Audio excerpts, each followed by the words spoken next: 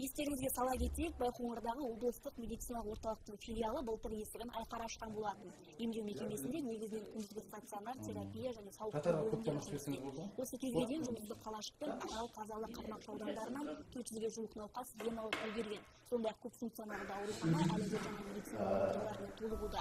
Жуырда құлақ, тамақ, мұрын ауруларын анықтайтын заманауи германиялық аппарат орнатылды. Халықтар өзі келіп көрініп жатыр, болмаса направлениемен қаладан, аудандардан келіп қаралып, тексеріліп, емделіп жатыр.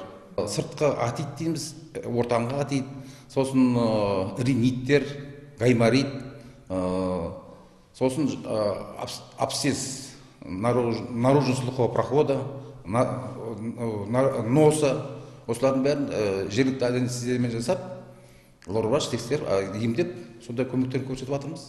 Сондай-ақ биыл медициналық орталықта компьютерлік томография алу көзделуде. Алдағы уақытта ауруханада хирургия, реанимация, диагностикалық жұмыс пен клиникалық лаборатория ашу жоспарлануда. Жоспарда 30 койкалық хирургическое отделение ашқымыз келіп отыр.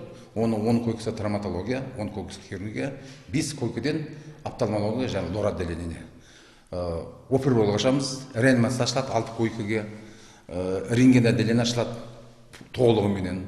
Ішінде цифровой флюорография бар, маммограф бар, и стационарный рентген аппаратура бар. Сосын Қызылордадан бізге СДУ-га аппарат келу керек.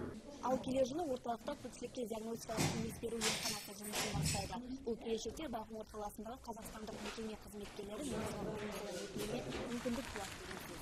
Гүлсім Нұрланқызы, Айбілан Ханова, Бауыржан Қожамұрат, Төрехан Қожахметов, Қазақстан, Қызылорда телеарнасы.